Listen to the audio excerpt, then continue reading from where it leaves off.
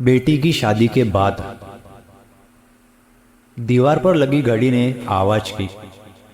बूढ़ा आदमी कुर्सी में बैठे हुए घड़ी को बस ताके जा रहा था, आंखों में आंसू लिए। अब तक शाम के 8 बज चुके थे।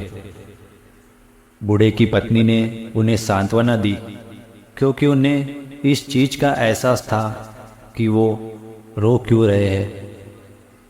उन्होंने अपनी बेटी को कल ही विदा किया था और उनका घर अब दोबारा से सिर्फ मकान में बदल चुका था। तुम जानती हो, मैं कभी भी अपनी दवाइयाँ लेना नहीं भूलता था, उन्होंने कबूल किया। क्या आप हमेशा भूल जाते थे?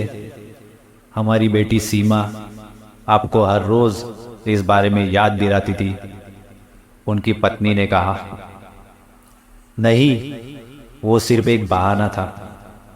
मैं अपनी दवाइयाँ लेना कभी नहीं भूलता था। मुझे बस अच्छा लगता था जब वो मुझे ठीक 8 बजे रोकती थी। उन्होंने यह रहस्य कबूल किया। पत्नी के चेहरे में एक खुशी की मुस्कान आ गई थी। उन्होंने आगे कहा, देखो, आज 8 बज चुके हैं और मैं सीमा को याद कर रहा हूँ, क्योंकि आज वो नहीं है रोकने के लिए। अगले ही पल उनका मोबाइल बजता है। उन्होंने मोबाइल खोलकर देखा तो उसमें सीमा का एक मैसेज आया हुआ था। पापा, यह आपकी दवाई का समय है, जल्दी से उन्हें ले लो। बूढ़े आदमी ने अपनी बेटी का मैसेज पढ़ा।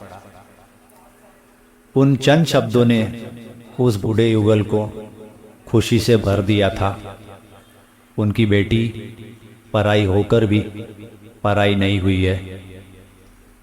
सीमा के पिता खुश थे कि कम से कम उनकी बेटी अब भी उनके साथ जुड़ी हुई है और हमेशा ऐसे ही रहेगी। इसलिए उन्होंने एक स्माइली में जवाब दिया। उधर सीमा का मोबाइल बजता है, लेकिन मोबाइल संतोष के हाथ में था। संतोष ने मैसेज को देखा और उन्हें डिलीट करने लगा, लेकिन फिर भी एक आखिरी मैसेज जो पापा का आया हुआ था उसे डिलीट नहीं कर पाया, क्योंकि उसी समय सीमा बाथरूम से कमरे में आती है। जैसे ही सीमा उसके पास पहुंचती, उसने तुरंत बिस्तर पर मोबाइल फेंक दिया। सीमा ने आते ही अपना फोन चेक किया।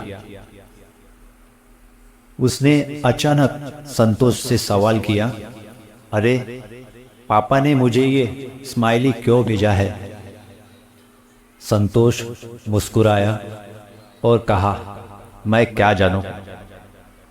उस दिन पहली बार संतोष ने सीमा की जिम्मेदारियों को संभालना शुरू कर दिया था, क्योंकि वह एक डॉक्टर होने के अलावा अब एक पति भी था। दोस्तों, वीडियो पसंद आए तो लाइक करें और अगर आप चैनल पर नए हैं तो सब्सक्राइब करें। धन्यवाद। आपका दिन शुभ हो।